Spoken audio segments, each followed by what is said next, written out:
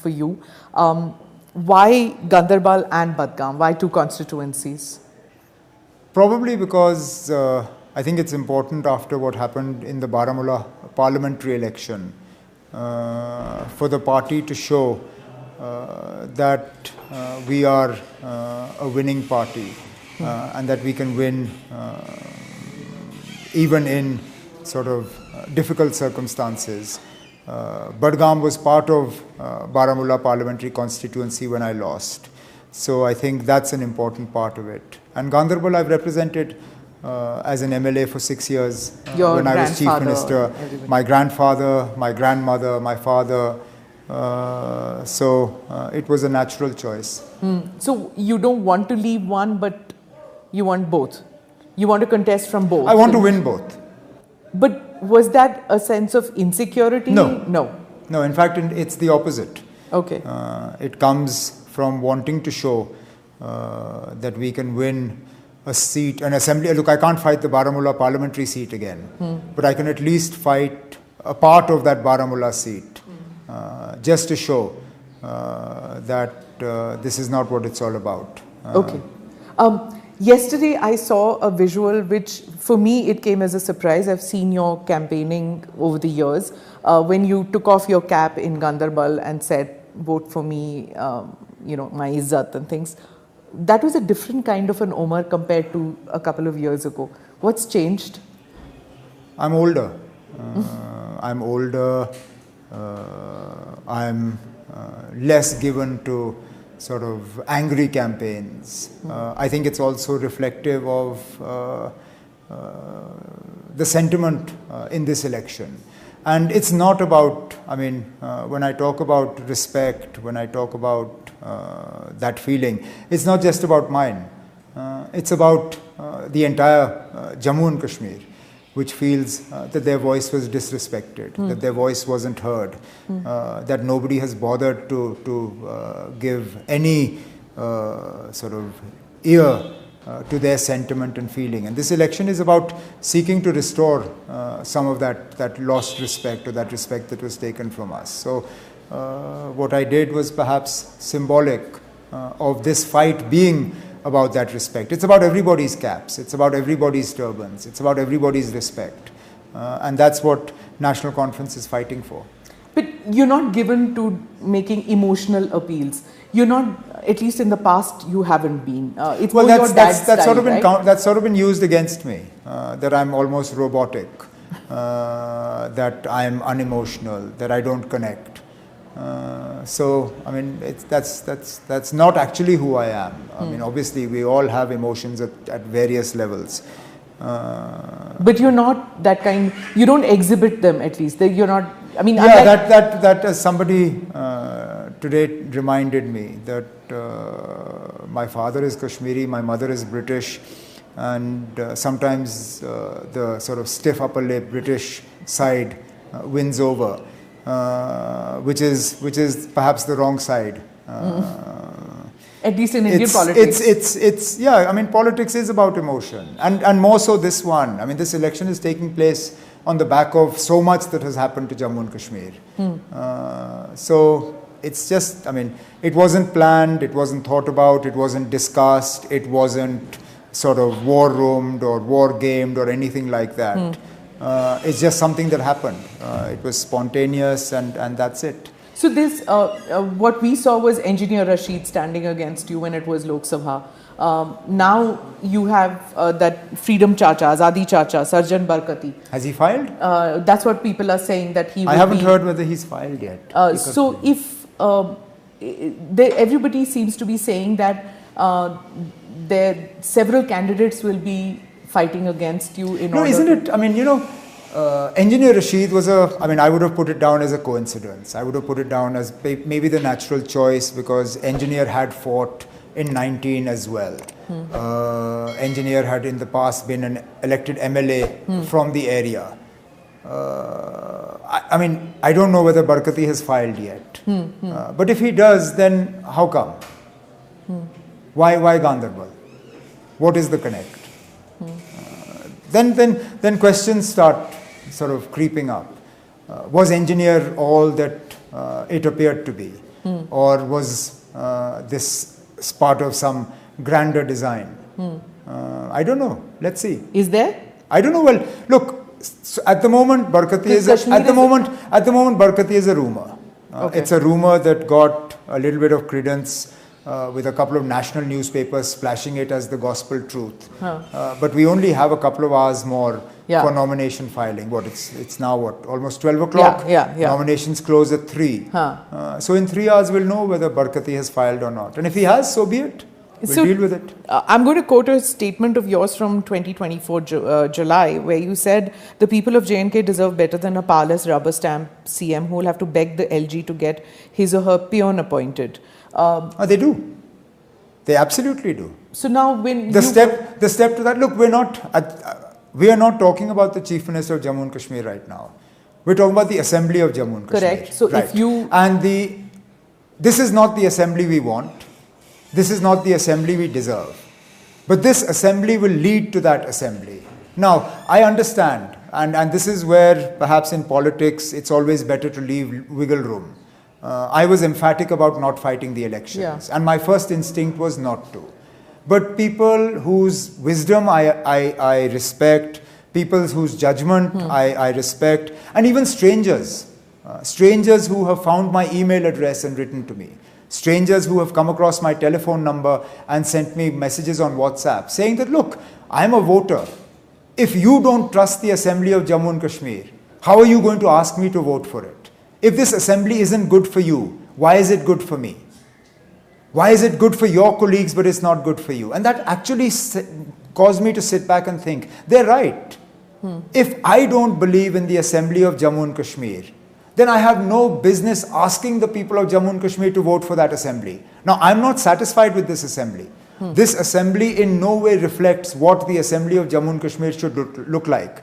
But if we just go by the commitments of the Prime Minister and the Home Minister in the Parliament of India, then this Assembly will lead to statehood. Statehood will lead to some sort of restoration of the respect that we feel was snatched away from us. So again, I make the point that this Assembly is not the one we want. This is a disempowered Assembly. But it is an Assembly that will lead to the Assembly that we want. So are you happy with the choice that you've made to fight the election now? Yes. Okay. The abrogation of 370, that was a watershed moment. It has upset political equations to a large extent because one is seeing so many independents who are fighting the election. Do you see this as a natural effect? No, but when didn't you see independents fighting? But so many of them? So many of them. And not the last government, but in the 2002 government, if you remember, when Mufti Saab formed an alliance with the Congress, if I'm not mistaken, there were at least 14 or 16 independent MLAs at that time. And I know this for a fact because they were offering their support to us as well, who were then kept in the Lalit Hotel and then became part of the Mufti Sayyid government. I think out of those 14, 15, at least 12 were ministers for a while. But now so you've had independents here. And the mushrooming of what is changing? Yes, some mushrooming of political outfits, but to a large extent, the parliament elections has queried the pitch for them. Let's take, for example, the party that was given so much importance by Delhi, the Apni party of Altaf Bukhari. PDP virtually fell apart and sort of reformed in the form of Apni party. Today, Apni party has almost nobody. That's crashed and burnt. Well, literally, they lost their deposit in both the parliament seats that they fought. Yeah. What went wrong with them? What, in your opinion, was... I don't think the people of Jammu and Kashmir, particularly Kashmir, are ready to take any party that is born from a relationship with the BJP. So they are still the shaitan, the untouchable, the BJP in Kashmir? Look, I don't like using words like shaitans and untouchables because they're not the right words to use. I don't think any political party or any political opponent should be disrespected like that. So no. I'm not going to use that and give somebody a headline that Umar calls BJP shaitan. That's not my language and it never would be. But yes, their political ideology and ours does not meet. There is no meeting ground between what the BJP wants for Jammu and Kashmir and what parties like mine want for Jammu and Kashmir. But several times you've been with them, whether you, your father... Yes, but those were different. That was a different BJP.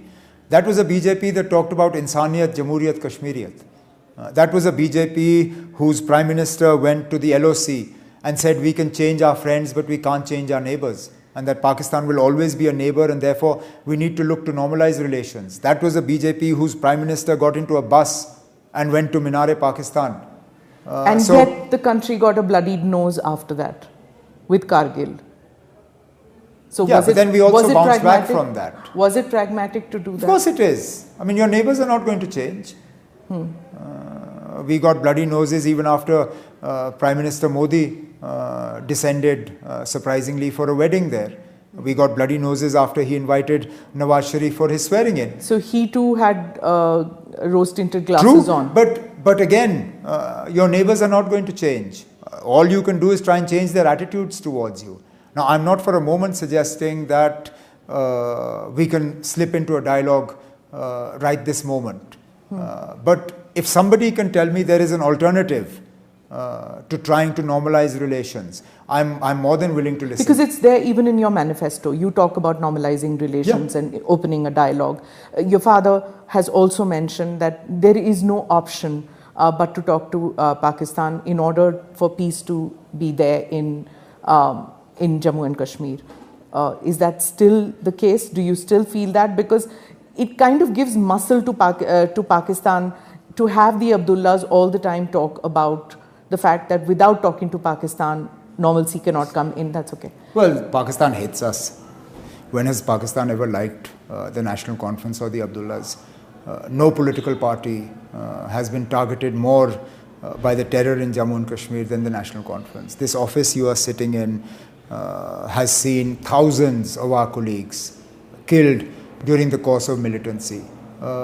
So let's not make this mistake of assuming that Pakistan is well disposed either towards my family or towards the party that I belong to. But at this point of time, nobody is talking about Pakistan other than your dad. No, actually a lot of people are talking about it, but you don't take as much notice of them as you do of him. Okay, it's the media? No, that not just the media, but obviously you guys have a narrative that needs to go out, and it helps to have somebody at least that can be bashed on the head. He's the one who speaks all the time about it, right? He's the one who speaks but about he's not foreign the affairs. Only one. About foreign affairs, you hardly hear Mehbooba talking about it. It's you. Well, that's surprising. I would have thought it would be something that she would be have pretty strong feelings about as well. But if she doesn't, then that's something only she can answer for. This election, when you're campaigning, when you go around, when you're listening, watching, do you feel that things have changed? Because now there's no longer any slogans about Azadi, Khud Mukhtari, which used to be there earlier. No, Khud Mukhtari is very much a slogan. It was a slogan in the parliament election. It was a slogan that was used, maybe not as resoundingly as in Engineers 19 election, but it wasn't absent from the election stage. A lot of the AIP's campaign at that time was about plebiscite, was about Jammu and Kashmir not being an integral part of India, was about a solution beyond the four walls of the constitution. So it's not completely silent.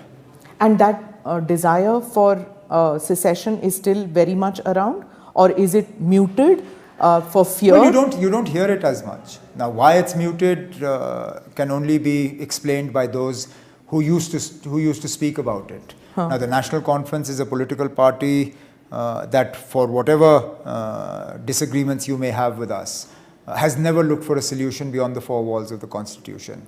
We have always said that whatever happens in Jammu and Kashmir must flow from the Constitution.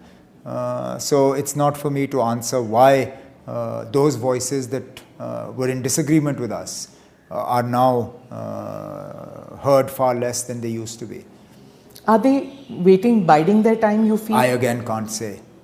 I can't say. I can't say whether there's been a change of heart or this is just a temporary phase. Again, that's only something they can answer. Because anybody we speak to, they say that in Kashmir, peace or the lack of this talk of Azadi is a tenuous situation. You never know when it could erupt. Is that the case? I wouldn't discount what they're saying. I wouldn't. I think history and our experience in Jammu and Kashmir has taught us that more often than not, a calm is a tenuous one. But the longer this goes on, the better. See, before this election, before the 2024 Lok Sabha election, every election there was one section which used to say that those who are taking part in the election are Indian agents. You got dubbed, the NC gets dubbed very easily on that.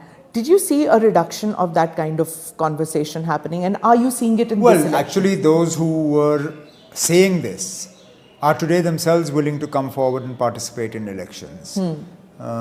So that again cannot be a bad thing. You yourself said that for those people for whom elections were haram, now it is halal. You said that irked a number of people who said that here we are trying to come. We had been demonized. We wanted to be part of the elections, but we were demonized by the NC and PDP, and that's why we did. How did NC and PDP demonize them? To say that they are separatists, militants, terrorists. We never said this.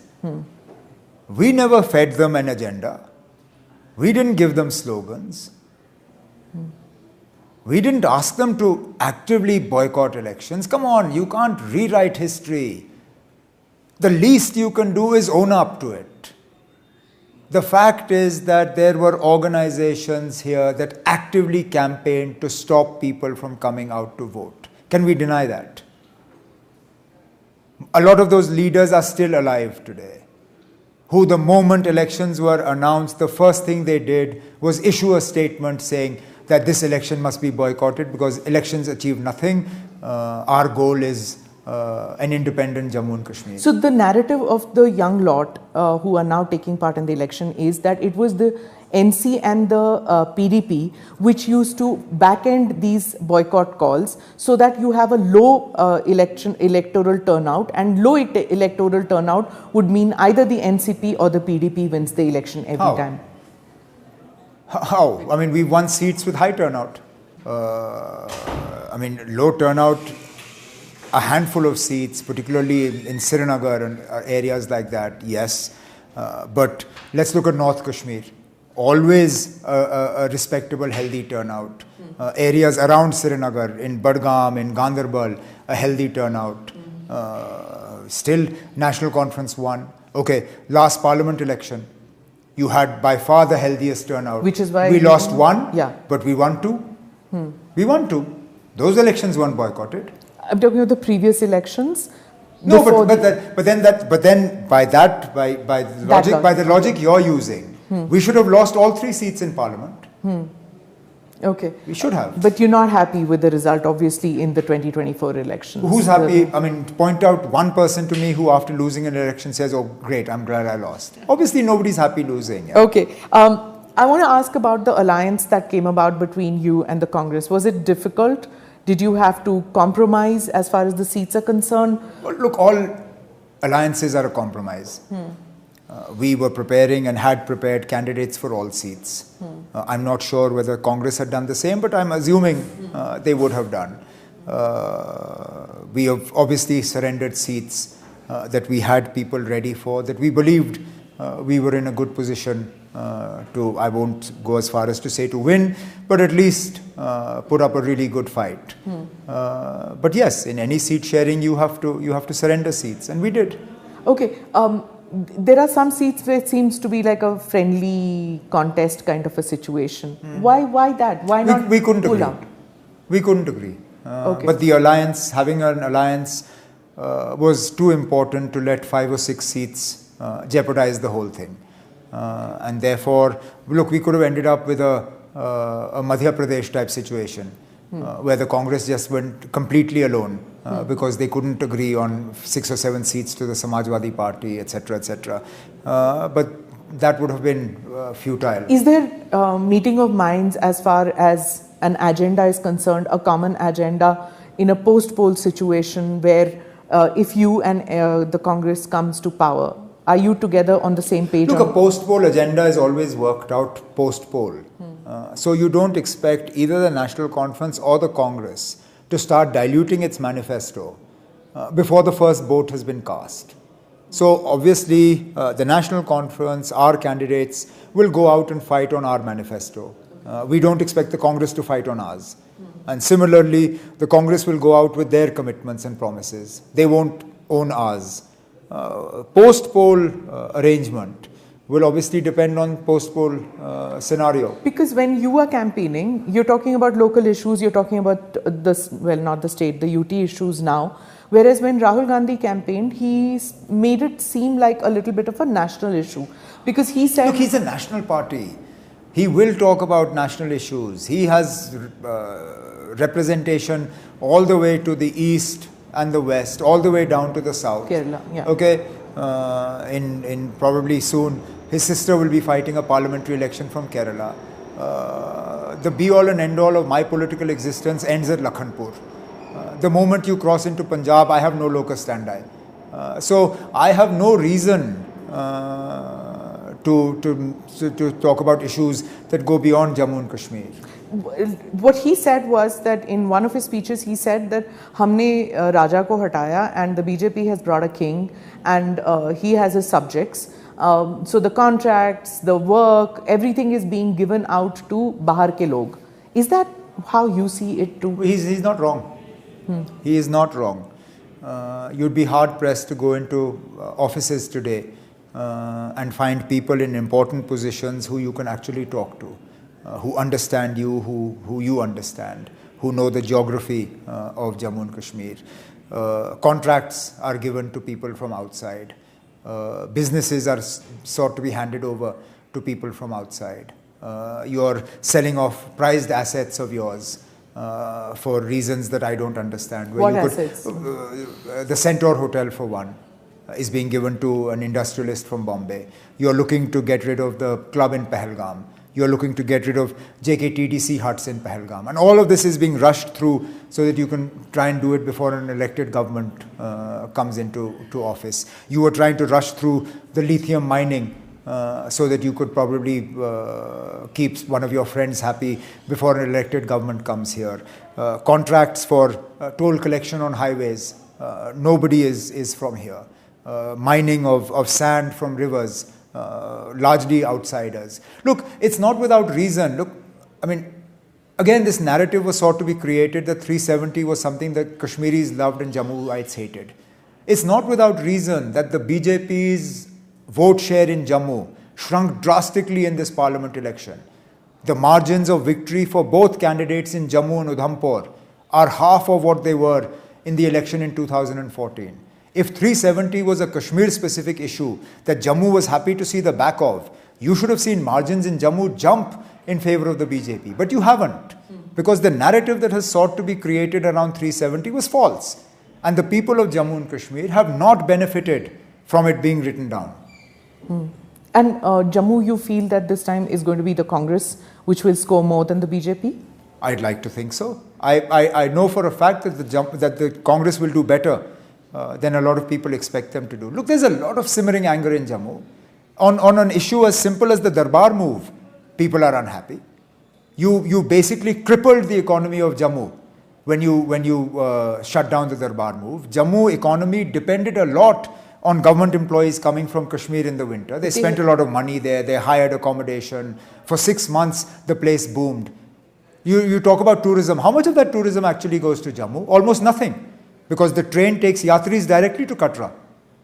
The yatris who land by air come straight from the airport, get into their car, go to Katra, get into a helicopter, fly up to Mata, do darshan and come back. Jammu is crying for some sort of economic sustenance, which they used to get from the Darbar move. They don't. What would you like to do differently then? I would like to reverse a lot of these things that were done. Such as? Such as the Darbar move to start with, for Jammu at least. For Kashmir, we need stronger domicile laws. We need domicile laws that at least bring us at par with other parts of the country. Today we have weaker domicile laws than our own neighbor, Himachal. Try and do what you are able to do in Jammu and Kashmir in Himachal today. You won't be able to. But nobody can come and buy up land, agricultural land in Of course they Jammu. can. No. Of course they can. In Kashmir, Our domicile laws are the weakest in the country today.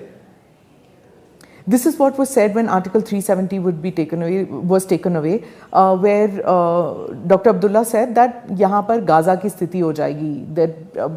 That BJP, that he compared the situation and he said there will be settlements out here. just like it's there, and like Israeli settlements in the occupied areas. That's what's going to be happening out here. But 2 years have gone by. Not even the Pandits have returned. Forget about others returning. Yeah. So nobody's come. Well, not yet. So then why are you so scared that We're outsiders not, will come? but I'm actually glad that you've now, in the course of trying to sort of catch us in what we've said, rendered one of the biggest claims of the BJP hollow, which was 370 was the reason for the Pandits leaving from here, and that if 370 is removed, Kashmiri Pandits will come back. Now you yourself have said 2 years later, in fact, if anything, more have left. Yeah, so nobody has come back. Nobody has. Yeah. So what was the fear about anyway? It's a genuine fear because lands are being given away. Government lands are being given away to people who don't. To who? It's people. There are many women who married non-Kashmiris who went and bought land. That I know of. They said they were not allowed to buy land. They are Kashmiris, born Kashmiris. No, I have no married. problem with that. Yeah. I have no problem with that. It is a move to settle people here. And the voter lists show you people who do not belong to Jammu and Kashmir who are now buying land and settling down here.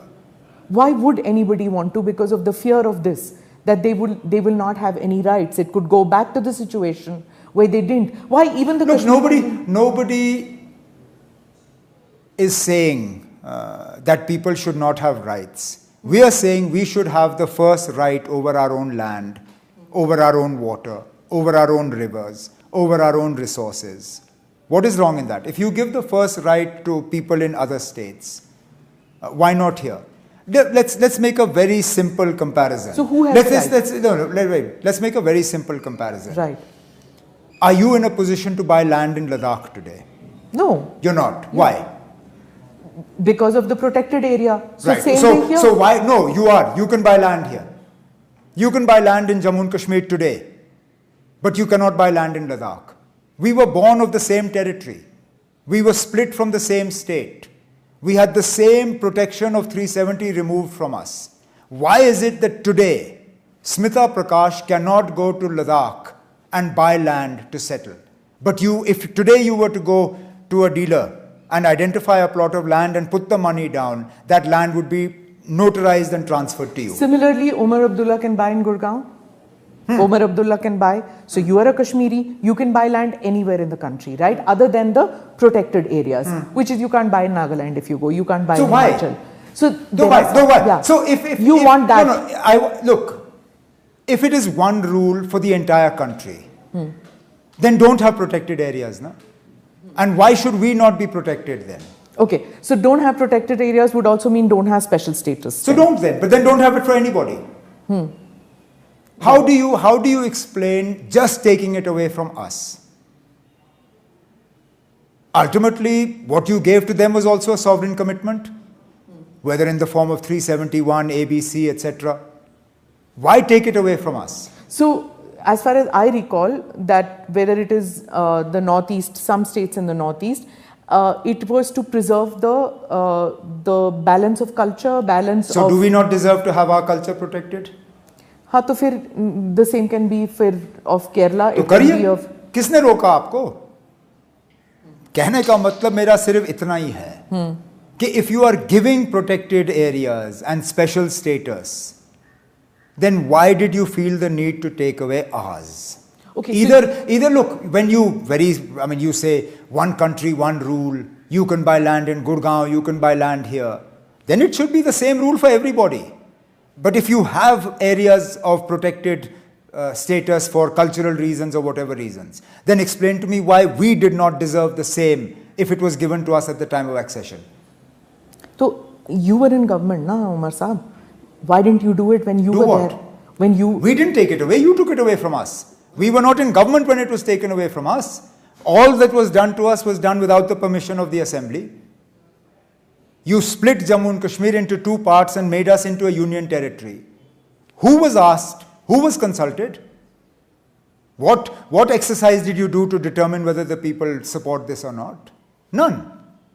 Even Parliament barely discussed it. For everything that happened to Kashmir, people would, if it was unfair, people went out on the roads, they protested, they complained. But how come for this, there were no street protests? Did you let anybody out? They did come out. Who came out? When they you wanted hardly to. let anybody out. Who did you let out? This place was a prison for months on end. We were talking about the period when people came out on the streets and didn't come out in the streets. Earlier, when the stone pelters would come out, choti si choti baat pe they would come out, and sometimes not even for a reason. यहाँ निकलने कहाँ दिया लोगों को? The kind of restriction, I don't know whether you were able to visit at that Yes. time. You were. I came just before that. And did you see a very normal? No, obviously I didn't. There is no normal in Srinagar, at least. There isn't, no? Yeah, there's never been a normal. This is the. Well, chaliye, State then what was 370 about? 370 was about normalizing. But if there is no normal, then what was it about? What you're seeing now, do you think this is normal or this is a new normal? How is this any different to pre-89? Other than the fact that we have no 370.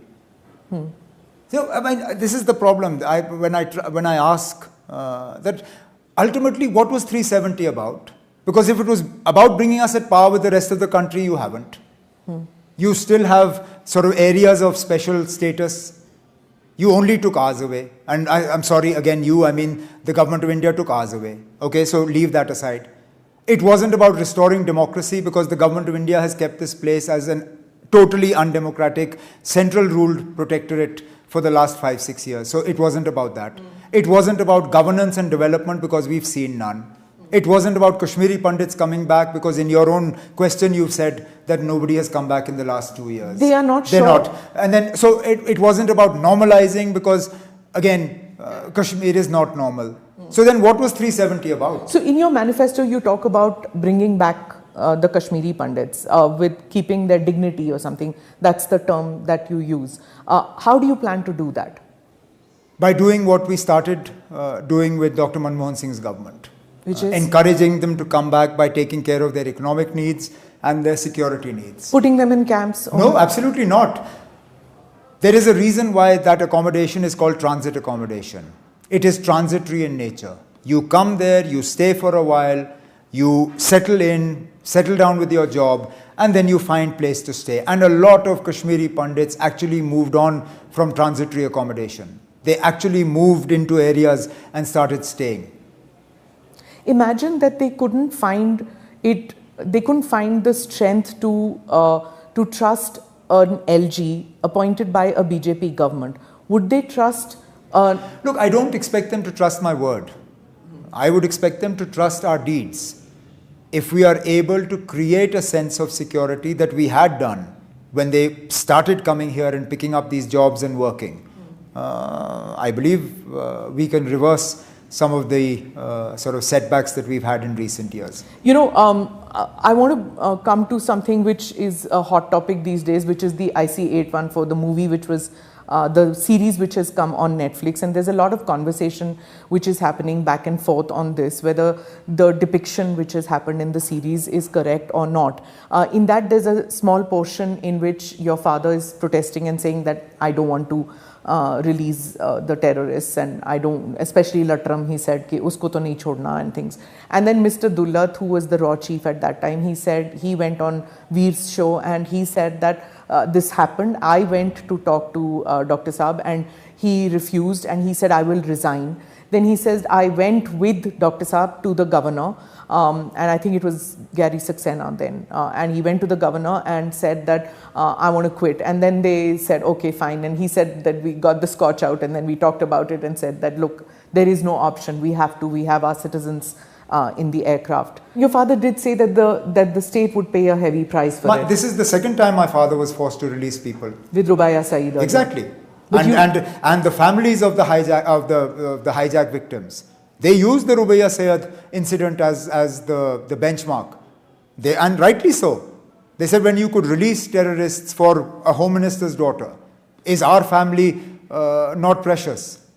Why is it only she is precious to the country? Then if she is precious to you, then our family is precious to us. So we set a benchmark that had to be followed. You were not in India when the Rubaya Saeed incident happened. You were in America. No, I was. I think I was in Bombay. Weren't you in America at that time? No, I was in Bombay. Okay, I was in college in Bombay. In college in Bombay.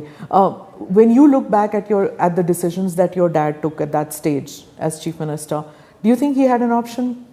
I think Government of India closed those options. I think Government of India had an option. I think Government of India at the Rubiya Sayyid kidnapping time had an option of not negotiating with terrorists. They chose to negotiate. After that, once you've done it once, then you have to do it again. Okay. When it came to the IC 814, then also when your father objected to it, similar kind of situations happened when you were Chief Minister, when not a hijacking, but there were several instances where militants were caught, they were put in jail. There were times when hangings happened of one. Yeah, of that, and I can't say Afzal Guru happened in your time. You faced the blowback, or your state faces the blowback, and you are... See, my unfortunate thing was that the J&K government had nothing to do with Afzal Guru's execution. Otherwise, you would have had to do it with the permission of the state government, which I can tell you in no uncertain terms would not have been forthcoming. Why? It wouldn't have. We wouldn't have done it. I don't believe that any purpose was served by executing him. I don't. Do you believe in capital punishment? No. No? No. Okay. Because I don't believe in the infallibility of the system of the courts. And evidence has shown us time and time again that may not be in India, but in places where you have executed people and then found that you were wrong. You, in your manifesto, you've talked about releasing political prisoners.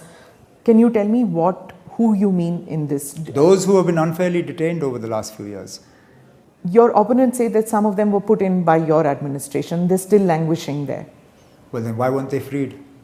That's what I want to know. Well, they will be.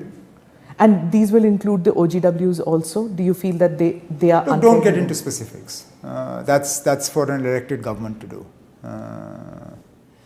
I think there's a distinction that will be drawn between political prisoners, OGWs, people who've been involved in severe and serious incidents of violence, and a lot of others who've just been jailed because they put a like on a Facebook post.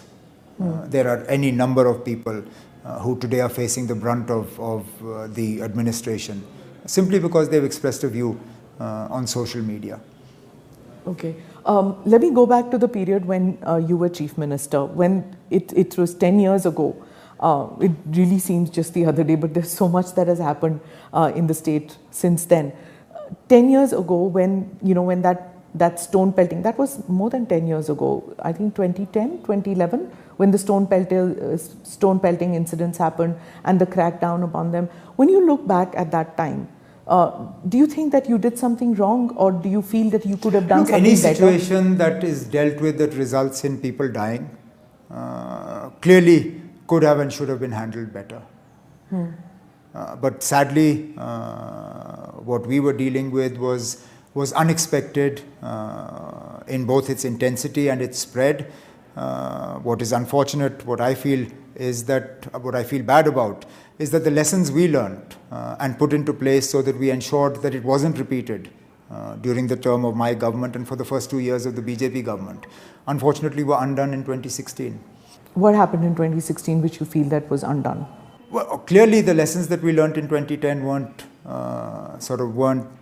utilized, and that's why we had another spate of deaths dealing with a law and order situation. But you remember during your time there was the shutdown calls, there was the calendar which used to come out, there was Gilani Saab who had his own agenda in place. You were dealing with a Hurriyat which was still muscular at that stage. Then came the era where they were all put in behind bars, and slowly and surely the shutdowns are over, the calendar is over, the Hurriyat is defanged. If you were to come in as Chief Minister, it would certainly be an easier tenure as compared to what it was, right? Well, let's not assume anything. I'm not even going to assume Chief Ministership is an inevitable outcome. We are right now fighting assembly elections. We have no idea what sort of mandate the people will give. Whoever comes in as Chief Minister. Whoever comes. Right. Isn't it an easier situation, security situation in this so-called Naya Kashmir as compared to what was the Purana Kashmir? Well, actually, in some respects, it's a tougher security situation. Why? Because you opened up a whole new front in Jammu. Jammu was entirely peaceful when I left office. And conveniently, people forget all about that. You've actually created the government of India has created a real mess for the incoming government to deal with. with the security situation in Jammu today, whether it is Kathua, Samba, Jammu, Riyasi, Udhampur, Rajouri, Poonch, Doda. You tell me which area isn't facing terror attacks and strikes against our security forces. We've lost more than 55 army personnel in 12 months. Jammu is a huge problem for an incoming government. So, the BJP likes to say that if the National Conference is elected, militancy will start again. Actually, it's the reverse. They have given birth to militancy in Jammu during their term. And an incoming government is going to have to deal with the mess that they have created. So the narration always was that it was Pak-sponsored terrorism which it's very convenient. Kashmir. It's always Pak-sponsored terrorism when the BJP or the central government is on the receiving end. But when it's the National Conference that has to be targeted, then suddenly it's our inability, our weak governance, our bad decisions. It's very convenient. Either it's Pak-sponsored for everybody, or then it's Pak-sponsored for none. Sure. What I meant to say was that it was Pak-sponsored north of the Pir Panjal. Now it's Pak-sponsored south of the Pir Panjal. Is that yes? But then why did you allow that situation to develop? It was all under control. What did you do that caused Jammu to slide backwards like this? Clearly mistakes have been made. Gaps have been created. Your anti-terror grid has been significantly weakened. Your intelligence network has been weakened. And these are all things that will have to be put back into place. Militancy, terror attacks don't just disappear overnight. It's a slow, steady process. So do you think that the BJP took its eyes off the ball as far as Jammu is concerned? Clearly. I think it was a combination of two factors. One, overconfidence in terms of Jammu to ab theek hai, ab isko kuch nahi ho sakta. And secondly was Ladakh. The incursions in Ladakh meant you had to suddenly find troops. You didn't want to move troops out of Kashmir, so you moved them out of Jammu. The moment you moved them out of Jammu, you left a vacuum. And that vacuum now has created a problem for you. So it's only the area of operation which has changed, what you're saying, for the militants? They've shifted focus. Okay.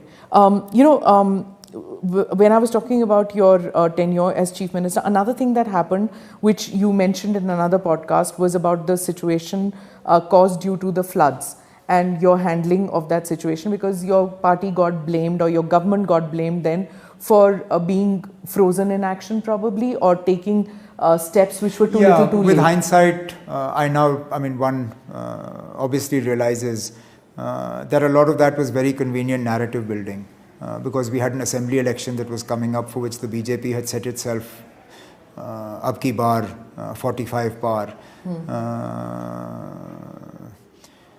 Otherwise, if an objective assessment had been done of how my government dealt with the floods, I would not have been crucified the way I was. It was literally one issue a day with you in those 10 years that you were there. It was exhaustive, right? With every No, we had day good years. We had some very good years. We had incredibly peaceful, productive, tourism, development years in 2011, 2012, for the most part of 2013. The first half of 2014 was great until the floods came. So no, I won't for a moment say that it was 6 years of nothing but trouble. If you come back to power, what are you promising the people?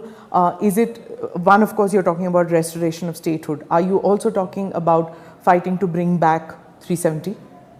Look, 370, the special status of Jammu and Kashmir is part of the National Conference's political ideology. So it's not something that we are going to just surrender.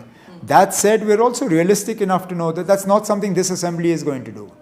It's not something that you're going to be able to do with this current government. You'll probably need a couple of changes of government in the center before it's something that you can even begin to address. Look, it took the BJP decades to do. We're not foolish enough to believe that we're going to undo it in 5 years. It's a long struggle, but it's an issue that we believe is important to keep alive. But it's not the be-all and end-all of our campaign. It is not the only issue on which we're fighting elections. In fact, it's important to remember that our manifesto talks about these political issues in perhaps a paragraph or two. That's it. Our entire manifesto is governance and development related. It talks about jobs. It talks about social welfare schemes. It talks about electricity, water, free education.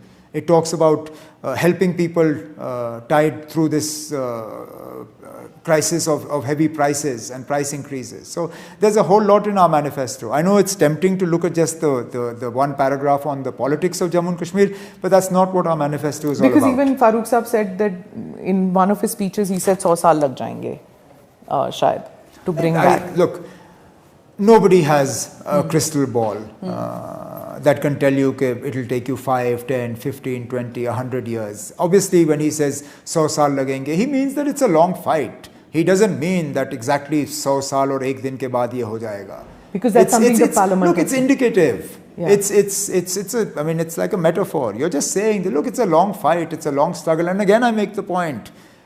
When the BJP was reduced to 2 MPs in parliament, did anybody believe that they would be in a position to do anything on 370 or the Ram Mandir?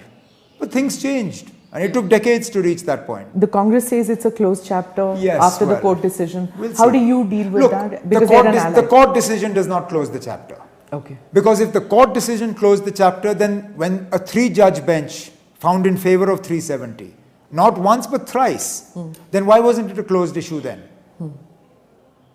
If it wasn't a closed issue then it's not a closed issue now. It's a court decision. Court decisions can be changed. A 5-judge bench can be overturned by a 7-judge bench. A 7-judge bench can tomorrow be overturned by the entire bench sitting. So let's not say it's a closed issue. That said, it is not an issue that we believe is in any way, shape, size or form going to be resolved in the life of this assembly. This assembly is about giving us the assembly that we want, the state that we want, and start putting into place corrections for what was done over the last 5-6 years. So what you are saying is exactly what Mehbooba Mufti also says. Then why didn't the Gupkar alliance work? Well, that's something only she can answer. I didn't ask her to put candidates up in the parliament elections against the India bloc. That's a choice she consciously made. And she made that choice consciously after I had told the Congress party that, look, there is no scope in 5 seats, of which the National Conference already held 3, for any sort of seat sharing arrangement unless the Congress was willing to sacrifice one of their seats. But as long as the PDP helps the alliance, we're open to talks about seat sharing in the assembly elections. Clearly that wasn't acceptable to her. She fielded 3 candidates here and did nothing to help the alliance in the 2 seats in Jammu. So that's what it is. Well, why did the alliance came together under very trying circumstances in Kashmir? Yeah, but the alliance never came together as an electoral alliance. Nowhere in the Gupkar declaration. What else is an alliance if it's not for electoral it's about ideology. purposes? It's about a common fight. It was about a fight for bigger things, which we did. Even though the PDP wasn't part of any case in the Supreme Court to overturn what was done on the 5th of August. There was sort of cooperation and a common fight that was waged there. So another person who fought the election against you, when we interviewed him, he said that BJP keeps calling this as Gupkar gang, and every time they demonize the Gupkar alliance, it increases their stature. I wish they would say that about me and it would increase my stature too. Sorry, who was this? Sajjad. What can I say? Look, stature is not given by... It's not a gift bestowed on anybody by the BJP or the media or anybody. You get what the people give you. Now it's nobody's fault, least of all the BJPs or the national conferences. In fact, if anything, the BJP did him a huge favor. Had the BJP not transferred migrant votes to him, he would have lost his deposit in this election. He saved his deposit because the BJP engineered about 7,000 migrant votes for him, which is surprising because given his track record of being part and parcel of the whole movement that caused Kashmiri Pandits to leave here right in the beginning. For them to vote for him is a huge change in their outlook. But they did it, and clearly at the behest of the BJP. Yeah, his politics emerged from the Hurriyat because of his father. I mean, his father was instrumental in creating the Hurriyat. In not just the Hurriyat, but in militancy starting in Jammu and Kashmir. And they've never denied it. No, they haven't. Yes, that's true. Another factor which has happened now suddenly is the arrival of Ram Madhav in the. That was a surprising one. I did not see that coming. And for the first time, Omar, you and Satyapal Malik are on the same page. I'm never on the same page as Satyapal Malik. It would be impossible for me to be on the same page as Satyapal Malik. If I was to see a fax machine, no matter all the nice things he may say, I don't think any of us can ever forget that it is his signature that was instrumental with what happened to us in 2019. Now he can claim that he had no idea that the Home Minister sent him the papers that very morning and said, "Inko daskat karo." Are you that much of a rubber stamp? You should have quit. You should have had the courage of your convictions to quit. You should have been like B.K. Nehru.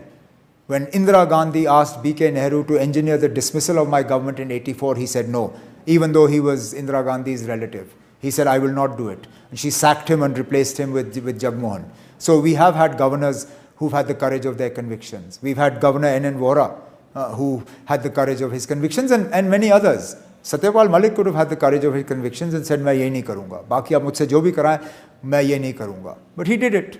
So I will never be on the same page as Satyapal Malik. But he's the one who's saying that Ram Madhav has been sent out here with a definite purpose of defeating you. Obviously the BJP wants to defeat us, and I'm glad they do.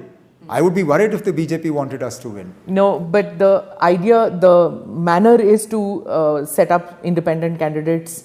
ठीक है, they have the money, they have the muscle, they have the administration, they have the agencies. They can do it. Those very agencies used to be supportive of you at one point of time. Really? Weren't they? I don't know. You tell me. Because every time that one heard was that the agencies feel that here are the Abdullahs who always speak and have taken oath on the Indian constitution compared to the others. We did, but we did nobody a favor. We did it out of our conviction.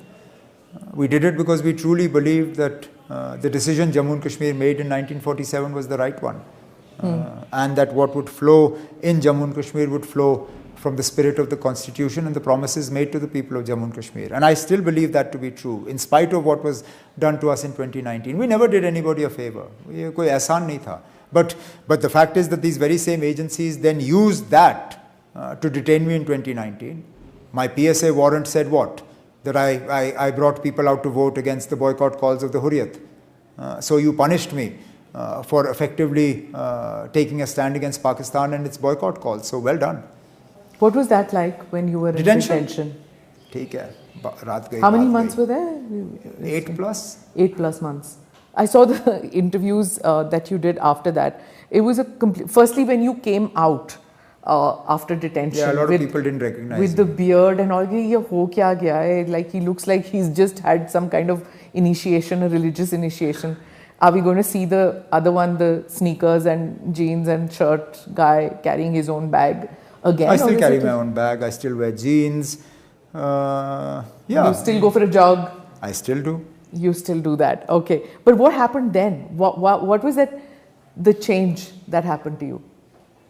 I don't think it's possible to quantify it. But obviously, the person who went in is not the person who came out. When you came out, I saw some of your interviews and you seemed a little bitter as compared to I still am. I still am. Look, who wouldn't be? Who wouldn't be? I think the only difference is for most people here, they keep that bitterness under the surface. They don't express it for fear of what will happen. I'm a bit more moophat. You get what I mean? Because you kept saying, I'm not the same person. I'm not. Changed. Look, who can be? I mean, other than leave aside the detention, the fact that a country can go back on sovereign commitments made to its people is something that I will never be able to come to terms with. These were not the promises of an individual or a political party. They were the sovereign commitments of the Union of India with the people of Jammu and Kashmir, which facilitated accession. Jammu and Kashmir, without that, would not have been a part of the Union of India. We were the only Muslim majority territory that acceded to India. But clearly that was forgotten. And this whole thing about it being temporary, I mean, that's, chalo, leave it now. We won't get into that argument. But that's a discussion for another day. Your granddad had been imprisoned for several years after that. When he came out, do you recollect having conversations in your family? I was 5 or 6 when all I meant that was, ended. do you recollect any conversations in your family where they talked about that kind of detention and the effect it had on your family? Well, obviously it had a deep effect on my grandmother, because for the longest time her husband was out, as in away. Yeah. She was the one who had to sort of not only guide the family but also help the party along. It would have obviously had an impact on my father and his siblings, because for the longest time their father wasn't around.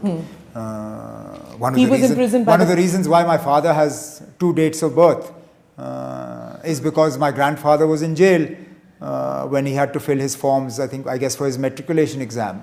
And the uncle just gave a date because my grandfather was not there to tell people what day my father was born. So there's all sorts of stuff that happened. He was put in prison by the Congress government. You were put in prison by the BJP government. The Abdullahs... Yeah, there's a huge difference. Yeah, my grandfather was away for years on end. I spent barely 8 months. 8 months, right.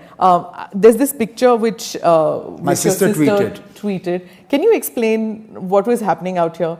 The arrival of a little bit of facial hair on you. Yeah, this was... How old were you? This must have been 87, 86, 87. So I was 16, 17. And your sisters are next to you? Yeah, well, no. One of my sister, my mom. Who's on your right? On my right. My right is the sister who's closest to me in age. Then my mom. That is, which is? Safia. The one who treated it. Huh. Then the 2 girls standing in front of Mr. Rajiv Gandhi and Sonia ji are my 2 younger sisters. And then of course there's Rahul, Priyanka and my dad. And your 2 younger sisters? Hina, who is standing in front of Rajiv ji, and Sara, who is being held by Mrs. Gandhi. Okay. What did you guys do? Did you guys... Actually, Prime Minister Rajiv Gandhi came to Srinagar by road. Probably the last time a Prime Minister came. From where? From Jammu. Okay. He was driving, I suppose he flew into Jammu and then had his vehicles there, and he came by the National Highway to Srinagar that winter. The idea was to go up to Gulmarg and have lunch. But it snowed so heavily that the snow cutters couldn't clear a road all the way up to Gulmarg. So we ended up having to stop in Tangmarg to have lunch, which of course we were bitterly disappointed by because we were looking forward to Gulmarg. So this photograph was taken in Tangmarg after lunch, just outside the guest house where we ate. And I was thrilled on this particular day because I love vehicles of any shape, size or form. Was it your first time that you met with... No, I'd met him before. I'd met him before, but I was fascinated with that Jeep of his. That's the one the King of Jordan gave him. The brown rust-colored Jeep, which I absolutely loved. He drove in that Jeep to cast the vote for the last time. Probably, He came I in remember with seeing that Jeep in Delhi, but I got to ride in that vehicle with him, with Rajiv Gandhi ji driving, my dad sitting in front, Mrs. Gandhi and my mom in the back, and me squeezed in the middle. In the middle. And I mean, that was my day. The fact that not only had I seen the vehicle up close, but actually got to sit in it was huge. So did your dad, as in childhood, did your dad drag you to all political... No, very few. I was up in boarding school. In Sanaa? I went for a handful of functions in between, but very rarely. Okay. I remember a few with my grandfather, particularly Eid prayers, stuff like that. I remember things like Christmas in the army, Northern Command in Udhampur. And I remember we had recently returned from England, so for us Christmas was Father Christmas and the reindeers. And in this case, because in Udhampur you couldn't find reindeer, so Father Christmas came down the mountain on a donkey.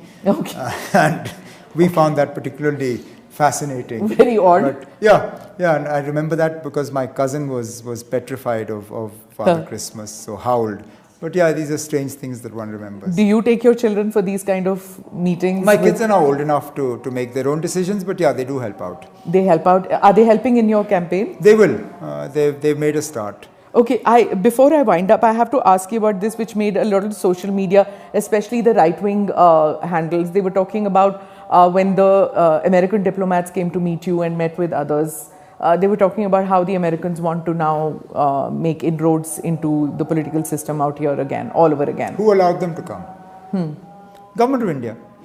No diplomats, no foreign media people are able to visit Jammu and Kashmir without the express permission of the Ministry of External Affairs, the Ministry of Home, in consultation with agencies here and the government of Jammu and Kashmir. So any meeting that I had with this team from the US Embassy was cleared at the highest level in the government of India. No conversation was had with them about the sort of what I think would be the result in the elections, or how I see the elections going.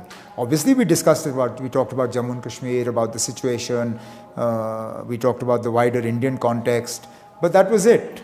In fact, I myself was surprised that they got permission to meet me, because they came last year around the same time, and other than Lieutenant Governor Manoj Sinha, they weren't, and maybe a handful of the Delhi-backed parties, they weren't able to meet anybody. But those who have long memories of Kashmir know about the American influence in Kashmir. The Hurriyat I'm not worried about the American guardian influence angel. as much as the Pakistani influence. Is it Pakistan still- has had more influence here than America.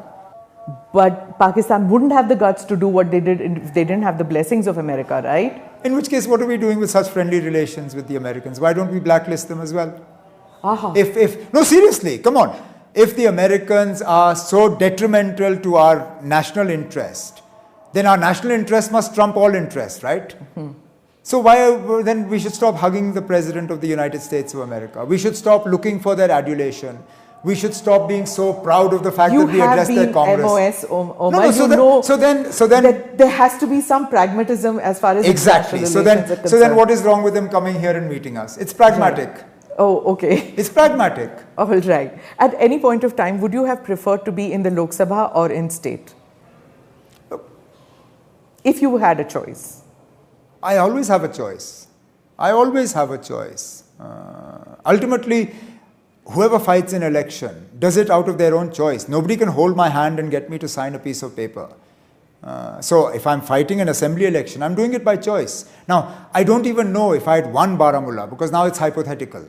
If I had won Baramulla, would I not be fighting the assembly elections? I don't know. I might still have fought them. Okay. Now you're fighting, lastly, you're fighting from two areas. Everybody wants to know this, and I certainly am totally confused. Is Dr. Saab retired? Is he chairman emeritus of No, he's the president of the party. He signs everybody's mandates. He's our star. Your style is He's our star campaigner. Nobody in Jammu and Kashmir for sure, and very few politicians in the rest of the country connect with the crowd or with people the way he does. So where he leads, we follow. Okay. So is it Omar's writ or is it Dr. Saab's writ in the... It's the party's writ. Right. What we do by consultation. We take views from everybody. Ultimately, then all those views are put up to the president. As